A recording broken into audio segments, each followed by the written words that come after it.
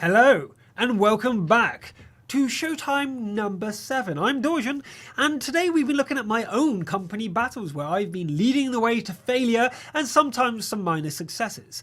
We are playing company battles with just friendly casual players. Our clan is not a serious one, so you don't need anything apart from communication, a mic, at minimum speakers. We like to be able to talk to you, don't necessarily have to talk back. So when we play these battles, we're semi-serious, but it's the only semi-serious thing that we actually do. We don't all have rammers, we don't all have 100% crew. So don't worry about it. If you feel like you want to play as a team or just learn to be a better gamer, then by all means apply to my clan, which is Inc. It's just for RivetingTV fans and people who are cool people. You don't rage too much and we just have fun playing together. We take it seriously in the sense that we're like, hey, you got to do this, and you do it. You don't dick around, because in these situations we have fun by being slightly serious. And if everyone is being slightly serious and taking orders and doing your best, then you get a real sense of achievement when you glue together or have close battles. And if someone is dicking around, you feel like your effort's being wasted and you get really angry and upset. So we do, in this one occasion, take it seriously. But other than that, we appreciate people who come home after a long day of work, want to sit there with a nice coffee and isn't so much of a stupid boy and just play Splatoons with each other. And that's generally what the clan's for. So we're going to go into the game and see how well we do. Ah yeah, go. Right, so we are against the SPD and Co. Now I say and Co because it's not just SPD. I give the order to spread out. I give the Hellcats the order to cover this side, the KV-1Ss to cover this corner, the Grills to go to either corner, and I'm going to take the hill to make sure that everything's okay there. You see, the reason I do this is that the enemies who come over the hills will be shot up by the Hellcats if they come to the edges to fire. If they come down here, I move the KV-1Ss to the corners, and everything's cool. So that was my idea and plan, and that's what I explained to everybody.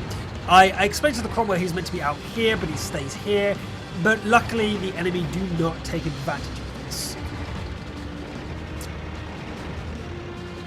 Let's fast forward, and I go to have a peek. The reason it's so important to peek over this hill, guys, is that anything coming up that's not a scout will still be on the hill, and your artillery, boom, or boom, can still hit them. So that's cool.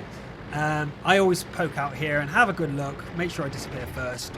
But I cannot fight them. But I know there are two guys coming up. So instead of just trying to sit here, waiting for the enemies to come up and kill you, what you do is run the fudge away. Tactical retreating. Reorganizing. Whatever. So we've noticed that the enemies are on here because the Cromwell did go out eventually and have a peek. And we're starting to take them out because they're in the open or in bad positions, and our Hellcats are just superior players. You see this complicated maneuver from the Cromwell and the Hellcats to flank them and to make sure that we have stable positions. We know that 2 of their KV-1Ss are here, 1, 2. We know there's 3 left to find, and the T-150 over here. So we actually know where all their forces are. So if you see me here, I'm just trying to help our artillery out, but unfortunately I make a mistake and get killed. I should have gone down earlier, but that's okay. I told the KV-1S to get to that corner, the other KV-1S to get to this corner. But again, communication is key. Communication is big key. Any miscommunication or where they should be going can cause massive issues. And we'll see that here with the KV-1Ss. I told 1 KV-1S to be on this corner and 2 KV-1Ss to be at this corner, with the KV-2 keeping the ARL pinned to that corner there. That was my orders. You see me jumping around like a madman, not using the control click onto the corner. The artillery, for whatever reason, are coming in as well. But luckily, if you notice here, the enemy come around the corner and Dayu and Tryhard were okay. They should have been in that corner dealing with them when they came around that corner, but that's okay that they're there because although they didn't get any cover themselves, there's 2 of them versus 2 of them, and they did get the first shots off, so that worked out for the best. The Hellcats have moved up and have finished off the enemy's scout, plus everything in the field, and I feel comfortable with everyone's skills and positions. We lost the Cromwell and the rest of the Hellcats over here, but that's okay. There's only 1 KV-1S over here, and Emergency Alpina takes him out, which is fantastic. We got the KV-2 pinning down the T-150 and the ARL. I tell the Hellcat to go around the back, try and find the artillery and see what they're doing, and everyone else move back. We've defeated the hill, and That was a great shot into the wall, Bahamut. Great shot into the wall.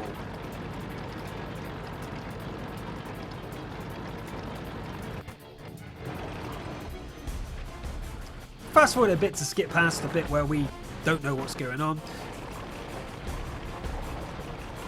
Emergency Alpina's found out that their scouts aren't in the field. He came out here to check to make sure that their artillery wasn't there, so he's now going to go around the back of them over here.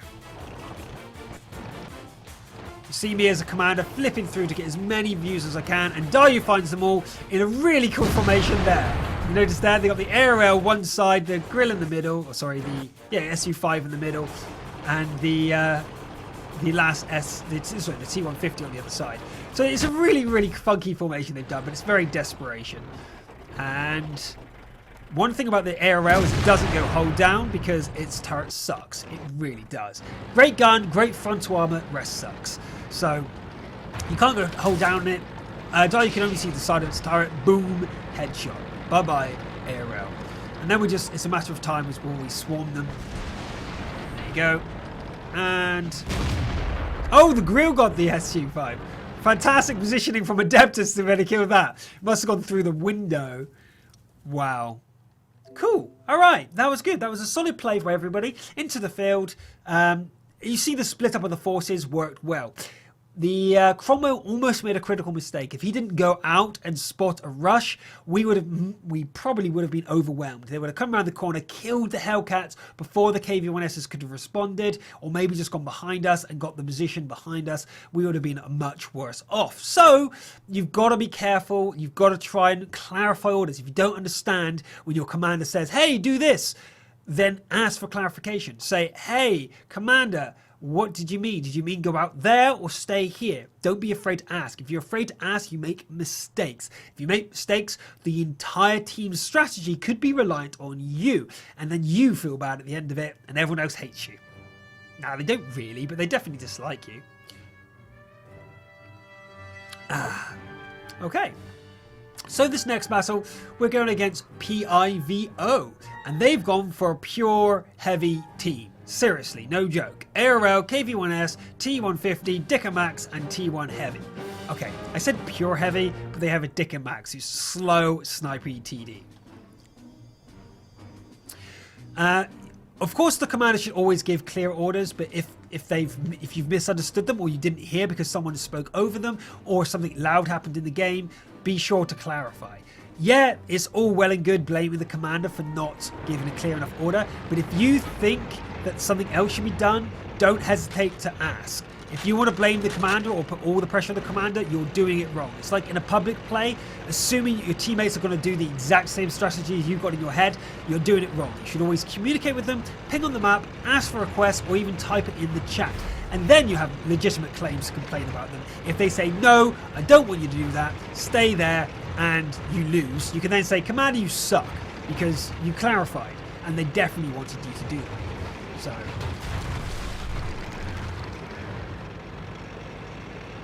rock on. Right, so on this map, because they got pure heavies, I expect a rush. I expect a one-directional rush.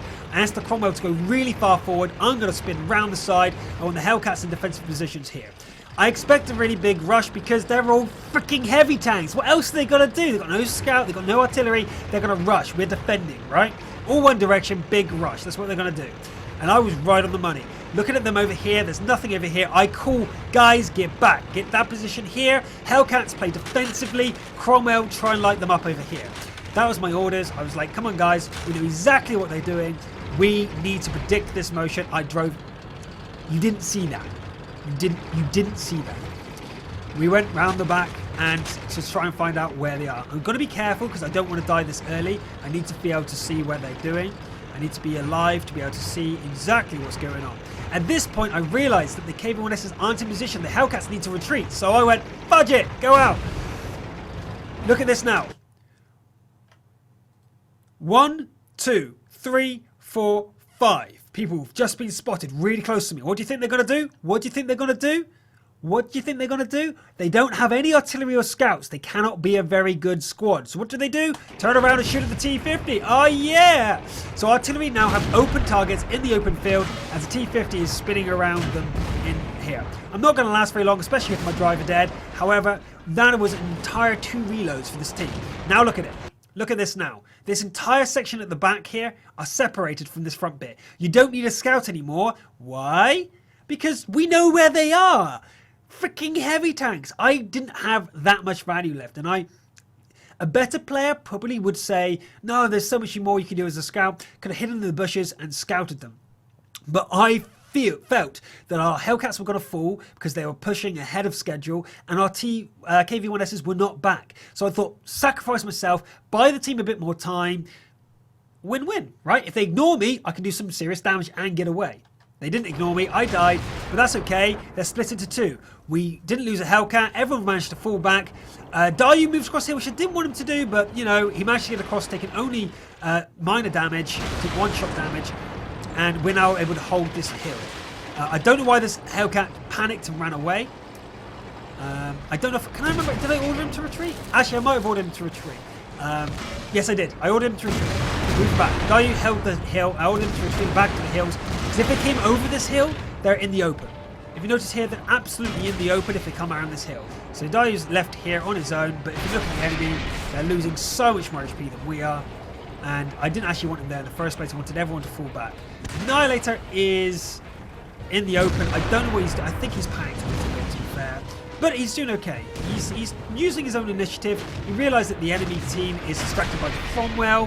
He's distracted by the artillery, so the friendly Hellcat over here. Plus the artillery is doing serious damage upon them.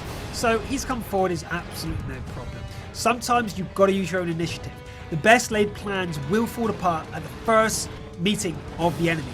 Even the Americans know that you need to set a general plan and then have engagement set drills that your players will take out. The army has this strategy where you say, okay, we're going to move into these positions, and then on engagements, these are the sort of strategies you can employ. And you break it down to squads. For me, I normally use the Hellcats as one squad and the KV-1Ss as another squad, so I don't have to micromanage them and let them have their own fun and own game. And you saw that that worked out in the other battle. We're playing on Inks, and we split off, and we deal with the enemy 3 versus 3. And our team worked better as a 3 versus 3 than theirs did, because that's how we do it, that's how we roll. We have 1 captain per 3, and we just play and back each other up and give each other special orders. And then here you see we're doing up. GG. Always bring a scout to a party. Always bring a scout to the party. Yippee-ki-yay, motherfuckers! We won! Sweet! Now, that is why you should have a good balance of tanks. A scout, 1 artillery, maybe 2 is really good to have. I prefer to go with 3 meds, Hellcats we've gone for, because that allows you much more flexibility. Now, this isn't professional by any means. It just makes it more fun.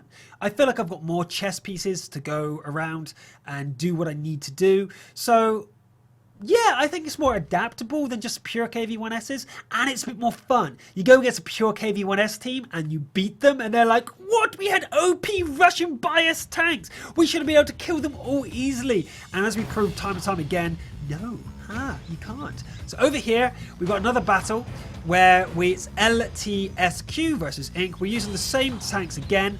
Hellcats, Cromwell, KV-1Ss, although this time we've got an extra KV-1S instead of the KV-2, which is absolutely fine. This strategy is absolutely easy. You can do this, I do it, it's really, really easy. Trust me, this is a fantastic strategy, trust me. You can trust a guy with a silly hat, right? Super easy. Heavies all to here, light over here, light over here, 1 tank defending here, maybe another tank defending here. Okay, the tank here is important. It's to stop any light who's coming across here or going down here to be able to get through into your base and defend it. So the grill is important. The Cromwell moving over here is also important to see if they're doing a big push this way. If you see 5 tanks over here, then you know there's only 5 tanks over here. And you can push your entire force through, roll over them, kill them all, then come back and deal with them as they come through. And they're going to be slowed down by your defense here, and your artillery, and your med. And that allows you to really seize the moment. If they've got artillery, and they lose one of their flanks, all you do is rush over them. However, they've done the exact same freaking strategy. They have a VK over here, same as our Cromwell. They have their KV-1S over here, exactly the same as us. And their artillery must be over here. But what I'm doing now is checking to see if they have a base defender. This one here. And they don't. They don't. I told you how important he was. I was even saying over TeamSpeak at the time, this is really important. So, what do? Go kill their freaking artillery. Yeah? That's what you do, guys. If they don't have a middle guy, if you don't have the guy defending your base, what happens? T50 gets through, your grills are dead. Let's see how I cope with it. Grills trying to be able to aim on me. Can't do it. Too slow, Grills. Too slow. Somehow I miss, like a noob. But I go between them, just making sure they're aiming. Remember, artillery, if they're not aiming at the enemy, are being wasted. So right now they're panicking, trying to get me. That means they're wasting. Keeping that artillery between me was to stop the other one getting the attack. If he did, he would have been killed by his teammate. I finished this guy off. Let's get the map back up. The VK goes through, but the Cromwell retreats. Don't ever forget about the rest of the team. If I pause it for a second, what happened was the VK pushed up against the Cromwell with another KV-1S. So the Cromwell intelligently fell back to Dayu in his KV-1S to say, okay, the two of us plus the artillery can easily deal with them. Brilliant. What fantastic play. I didn't tell him to do that. He used his own initiative. He knew I was busy. He just did it by himself. Initiative with the players is super important as long as you don't contradict what your job was. His job was assigned to defend this side, scout it. He did that job. He saw enemy forces coming over here. The KV-1S is there to deal with it with him.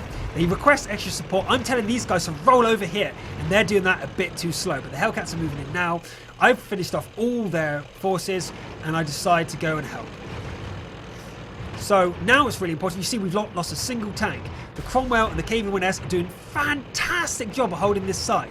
They're using their initiative. They're following the plan. Remember, the best laid plans lose any context once the battle starts. So give generic orders. Defend this side. I trust my teammates to do what they need to do. The Cromwell did exactly what he needed to do. He defended this side by retreating back to the base to use his resources. The KV-1S, whose also order was defend the base, but the center. So scout and defend, push. Scout and defend, push. Not a single loss. Beautiful execution. Gotta love it. I felt really good. Everyone was buzzing. Everyone felt really nice. I love this map. It's my favorite map. I love commanding on this map. Even in encounter, beautiful. Did you see that, guys? I love that. Everyone who played felt giddy after that one. It was perfect. Everything fell into place. I was so proud of Morden and Dayu on the flank. They used their initiative. They dealt with it. Thumbs up, guys. That was absolutely beautiful play and just smart thinking. It improves that you don't need to micromanage. If you over micromanage, like in the first battle, where the Hellcats went out to the field and just stayed there. They thought, defend the top. They went to the field, defended the top. They didn't care that the enemy bypassed the top. They just defended out in the field. But we learned from our mistakes. And by the last battle, we kicked ass. We learned that, okay, the enemy's pushing down one side, push the other side while defending that side.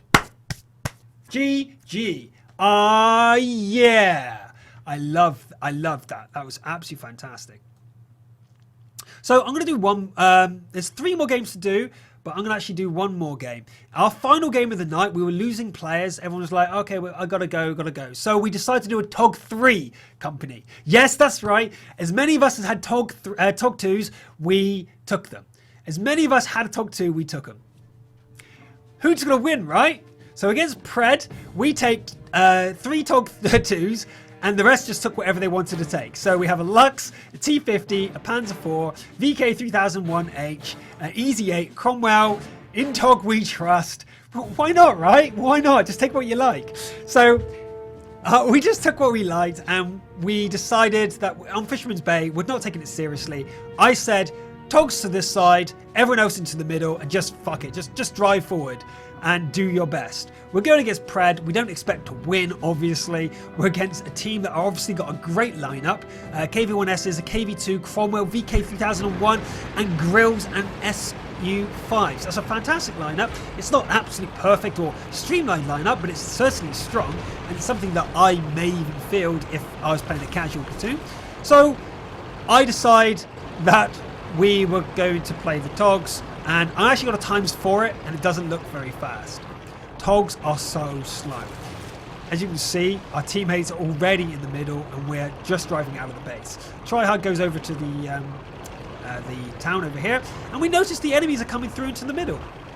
So I was like, okay, just engage, guys. I mean, just have fun, right? Have fun. We're here to have fun. In Togs, we trust, and in Togs, we charge incredibly slowly towards the enemy lines. But then I noticed, wait a minute, guys. Let's take this seriously for a second. They're all in the middle. Let's take this seriously. They're all in the middle. What? Okay, Togs, to the middle. KV-1S, push. Lux, push. They didn't leave anyone defending the grill. As with the last game we saw, they left no one back to defend the artillery.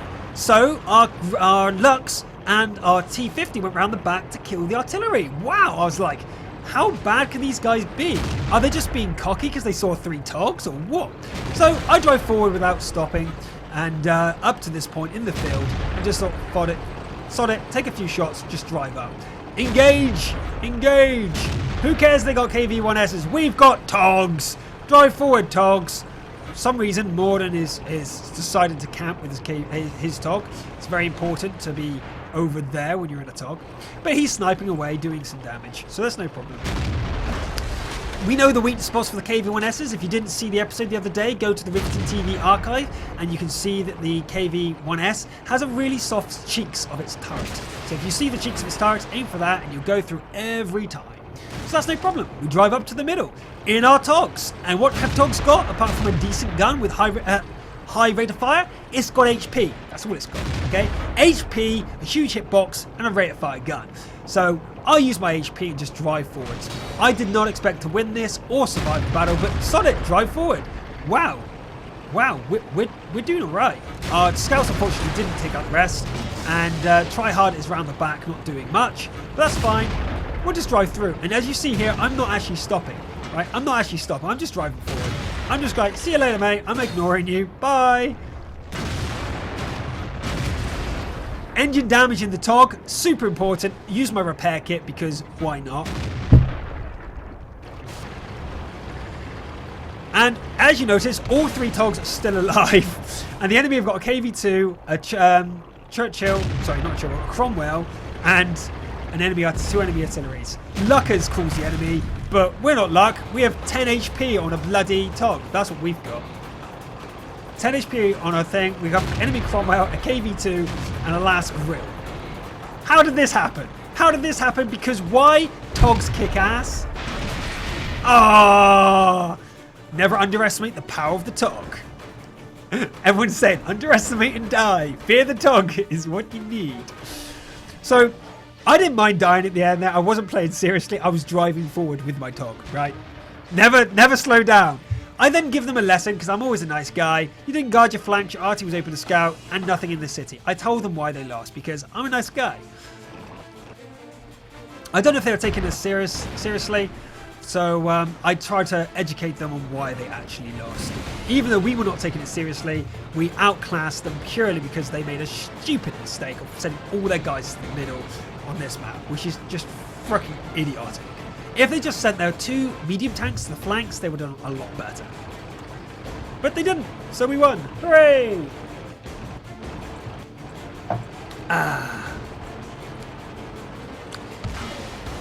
If you've never met a skilled Tog, you've never met us. 2 Togs still standing, and I'll let you know that the Togs were at the top of the XP list because we kick ass. And we were stitches, by the way. We were absolutely grinning. Cheshire Cat grinning from side to side. Absolutely fantastic. I love it, right? I love it. In Tog we trust. So if you think Togs are bad, I just proved that we can win company battles with Togs. Who wants KV-1Ss when you can have Togs, right? Who's going to take a Tog now, right? Who's going to get a Tog? The RivetingTV Tog platoon has proven time and time again that Togs are amazing. Sand River battle. This was from 2 weeks ago. Annihilator. Not last week's, the week before. Sorry about that.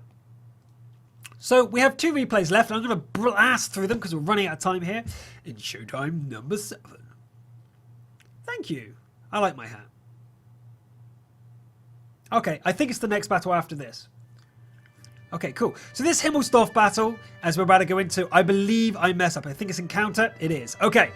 Now, I'm going to fast forward this because I mess up royally. I'm laughing at this. I mess up so badly. Okay?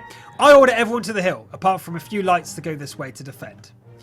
So if you notice here, we send out the Cromwell to discover if the enemy is doing anything, but we don't. We sit on the hill and we notice that they're not here. We should have responded earlier. And look at this.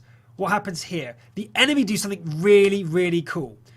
They sit, the KV-1S is here, here, here, here, here, and here. We can't leave the base. As you'll notice, as everyone goes through, we're going to keep on ×8. You'll notice that although we do some damage from a distance, they are guarding every single pass.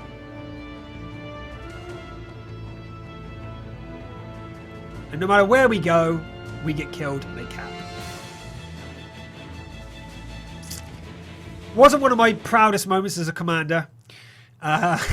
We lost almost immediately because of my really bad tactics. And I admitted it. I held my hand up and said, guys, that was my fault. And it was a beautiful maneuver from them. So if you ever go against someone who rushes the hill on Himmelsdorf, just set yourself up like they did and you win. Camp with 3 guys. Keep the rest on the corners. You've won. It's beautiful. So here's Sand River. This is the final battle of the night. We are defending on Sand River, and I believe this is one that's actually really close. This is the one that Alienated wanted to watch. So, crack my neck, and let's go into this. Okay, so Sand River on defense is actually reasonably hard. So, I wasn't actually entirely sure what to do here. I was running a little bit on guts, but I sent my Cromwell down here to be the advanced scout. My KV-1S is to defend around here, the Hellcats to defend over here, Grills to hold the middle, with the KV-2 to hold the actual middle. So let's fast forward a bit till we get into the contact, and I'm going to go around and scout the enemy forces in the rear. This is what I normally do. I wouldn't say it's the best tactic in the world, guys. I wouldn't necessarily have to copy this, but I did expect the Hellcats to move over here, by the way, and I didn't expect them to hang up here. Again, that's miscommunication. The KV-1Ss, I believe, were too far forward as well. I wanted them back behind the ridges to play defensively. Over here, we noticed that I ran into the KV-1Ss, so they actually are playing very defensively for an offensive map. It's called Assault for a reason. I don't know why they're back here. There is absolutely no logical reason for them still to be over here with that many numbers. The T-50 goes out, and Bahamas and his KV-2 is there to defend against it, so it can't really go over the ridge. I get unfortunately taken out by a KV-1S. Totally my fault. I pushed my luck one too many times and getting taken out. That wasn't a very good move from me. And then I wait for our KV-2 driver to take out the KV-1S, but the Hellcat from our Pina from the hill over here takes him out. I ordered the Hellcats to go over here, but annihilated DCs. Annihilated DCs, and we don't immediately find out. We don't actually realise he's DC'd, and we're 1 player down now. We're like, oh shit, 1 player down. Doesn't sound like much, as I said, guys, over and over again. It is super important. Every single guy in these battles is super important. So Annihilated is absolutely DC'd at this point. I've sent my forces around here to make sure no enemies are coming, and they're playing a defensive game. But what they're doing is pushing up on the North Force instead. I tell everyone to fall back and play defensively using the artillery to their advantage. Use the artillery to your advantage and try and hold on defensively. The Hellcats were meant to go around as a 3 into the enemy base, but unfortunately, because one's DC'd, I didn't realise we only get 2 to go around, and they're still defending really well. And unfortunately, we're not winning on any of the fronts. If you notice here, we've lost 2 KV-1Ss already, and Tryhard's about to go down. He shoots the ground, he's panicking a bit here, and that's okay. We kind of didn't realise what was going on. The Hellcat goes down over here, and Annihilator reconnects and rushes to help his teammate. Although that's probably the bad decision to make right now, because we need defence at the base. We're down to just Bahamas and 1 artillery. So there's quite a few mistakes gone on already over here. One, the Hellcats shouldn't have gone around the back of the enemy forces. We should have defended. The KV-1Ss were too far forward and were not artillery safe. And the KV-2 kind of didn't know what he was doing either. He was over here, not in the middle anymore defending. And everything just went a bit to pot. Annihilator is left because of his DC, he wasn't in the fight. Goes around the back, manages to take out the KV-1S.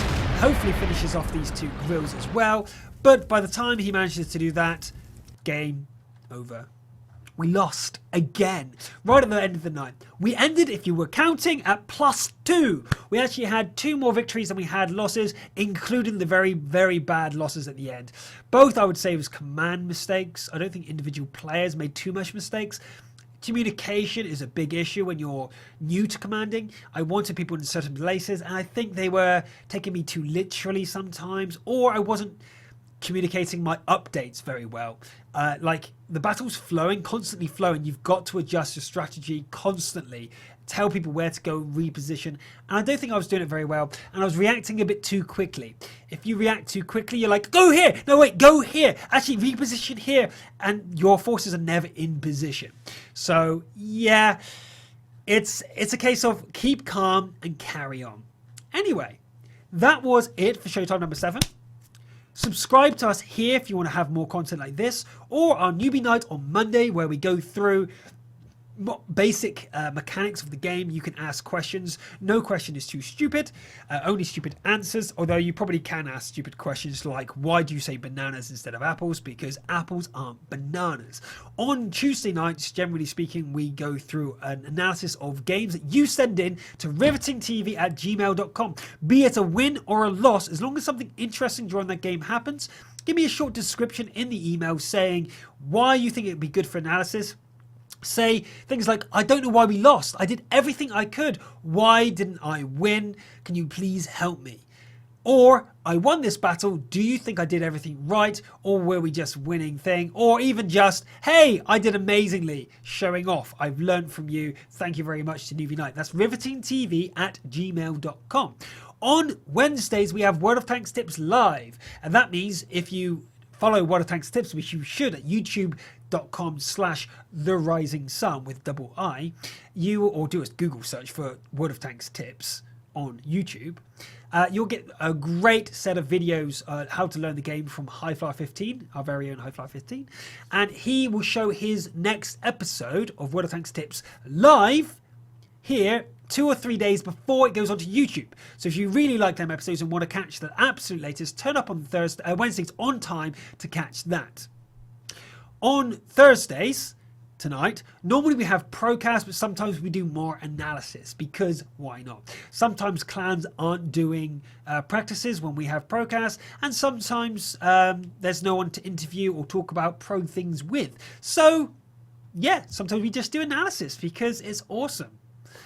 On Sundays, we should be doing Let's Plays with Riveting TV, although we've never successfully done one yet. No, sorry, that's a lie. We did one, and that was Drox Operative. So hopefully we get one planned for this week. So definitely tune into that if you want to see us play other games and not just World of Tanks.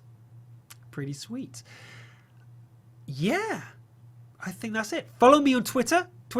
/DorjanR, and you'll get any updates from me, whether it be that my toilet's broken again or that I'm recording some new videos. Subscribe to me on YouTube at Dorjan20. I think it's Dorjan24 on YouTube, and soon I'll be uploading videos there, much like the one I'm going to play after the episode finishes. Little things like that. I'm going to be practicing my camera skills and video editing skills with different things like the Tank Company Battles highlights rather than the full analytical videos. I think I've said enough. Hat goes off, crazy hair goes on. I'll see you guys next episode. Sweet. See you later.